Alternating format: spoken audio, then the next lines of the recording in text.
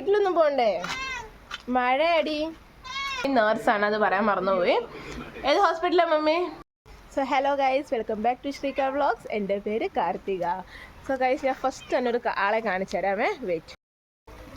എന്താ എന്താ യെസ് പറയൂ പറയൂ. കുഞ്ഞുങ്ങൾ എന്തിയാ?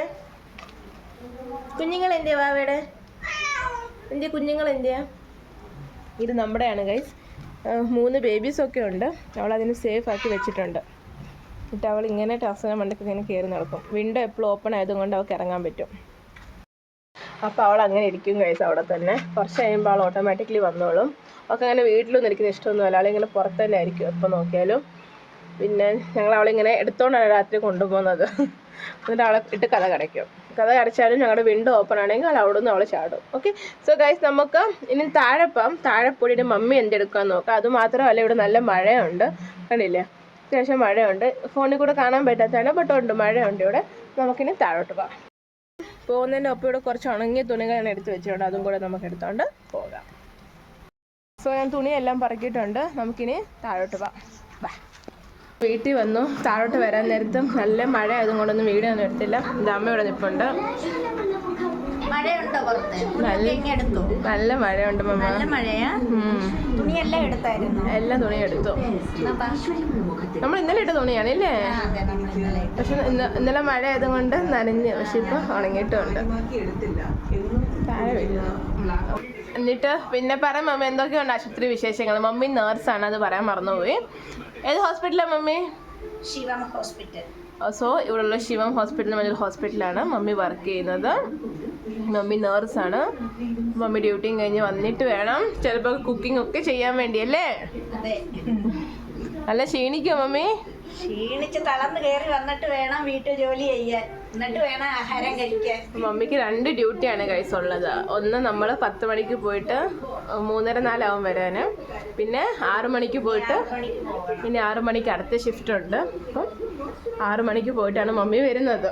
ഒരു ദിവസം ഞാൻ മമ്മിയുടെ എല്ലാ ലൈഫ് ടൈമും എല്ലാ കാര്യങ്ങളും ഷൂട്ട് ചെയ്യാം.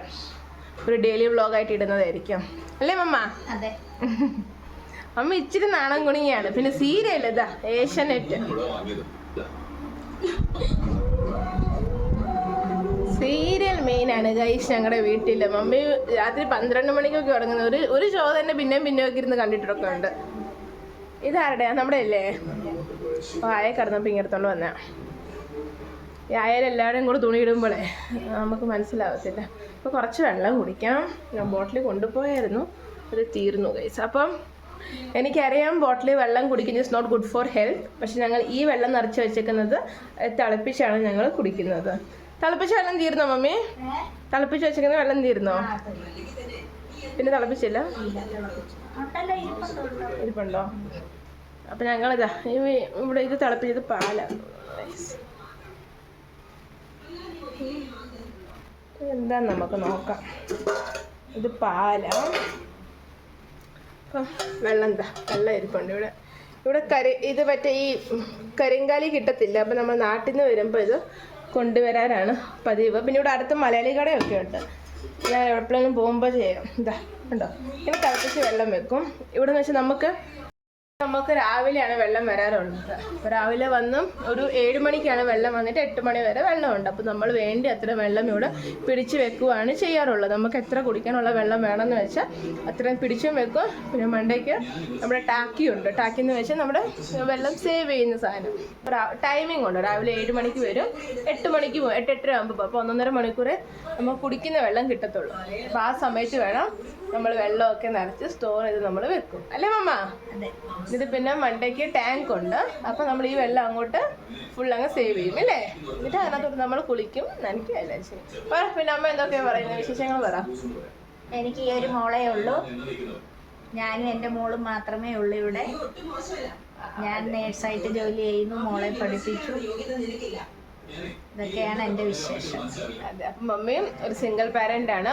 അച്ഛൻ ഞാൻ 5th സ്റ്റാൻഡേർഡ് ആയിരുന്നപ്പോൾ അച്ഛൻ ഞങ്ങളുടെ എക്സ്പയർ ആയിപ്പോയി. അപ്പം അത് കഴിഞ്ഞിട്ടുള്ള ഫുള്ള് സ്ട്രഗിളും മമ്മി തന്നെയായിരുന്നു. മമ്മി ഇത്രയും പഠിപ്പിച്ചു വലുതാക്കി. അപ്പം എന്താ പറയാനുള്ളത്? പിന്നെ നമ്മൾ മമ്മിക്ക് വേണ്ടി എന്തെങ്കിലുമൊക്കെ ചെയ്യണം അല്ലേ? അപ്പം പിന്നെന്താ വേറെ വിശേഷങ്ങൾ പറയൂ മോംസ്. മഴ എങ്ങനെ പോകും? മഴയൊക്കെ ഇപ്പൊ ഇനി കൊടയും പിടിച്ചു അത് ഞങ്ങൾക്ക് പറയാം. അപ്പം വണ്ടിയുണ്ട്, പക്ഷെ മമ്മി എൻ്റെ വണ്ടിയുടെ ബാക്കിൽ കയറത്തില്ല. അമ്മയ്ക്ക് ഭയങ്കര പേടിയാ അല്ലേ? പേടി വരാതിരിക്കും, എവിടെയെങ്കിലും മറിച്ചിട്ടാലും പറയാൻ പറ്റും.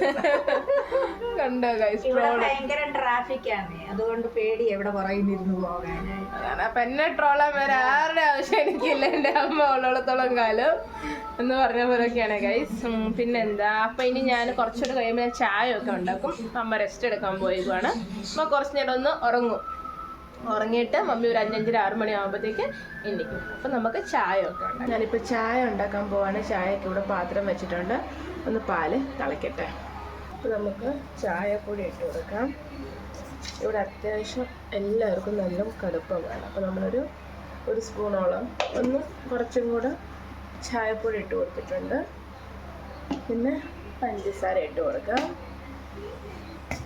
ഇവിടെ ഇടയ്ക്ക് ഞങ്ങൾ പഞ്ചസാര മൊത്തത്തിൽ സ്റ്റോപ്പ് ചെയ്തായിരുന്നു. പഞ്ചസാരയ്ക്ക് പകരം ഞങ്ങൾ ജാഗരിയായിരുന്നു യൂസ് ചെയ്തുകൊണ്ടിരുന്നത്. അപ്പം പഞ്ചസാര ഇത്രയും കുറച്ച് പഞ്ചസാര ഇട്ട് കൊടുക്കുന്നുള്ളൂ. അത്ര പഞ്ചസാര നമ്മൾ യൂസ് ചെയ്യാറുള്ളൂ. അധികം പഞ്ചസാരകൾ നമ്മൾ യൂസ് ചെയ്യാറില്ല. ഞാൻ ചായ കുടിച്ച് കഴിഞ്ഞു. ഇനി നമുക്ക് അടുത്ത പണിയിലേക്ക് കിടക്കാം. അടുത്ത പണി ചോദിച്ചാൽ ഇവിടെ കുറച്ച് ക്ലീനിങ് കൊണ്ട് വിളക്കെത്തിക്കണം.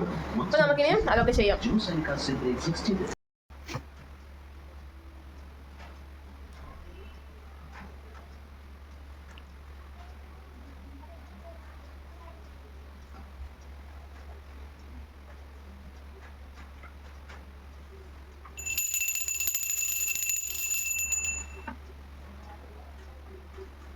അപ്പോൾ ഗൈസ്, ക്ലീനിങ് ഒക്കെ കഴിഞ്ഞ് നമ്മുടെ അപ്പോൾ വിളക്കെത്തിയലും കഴിഞ്ഞിട്ടുണ്ട്.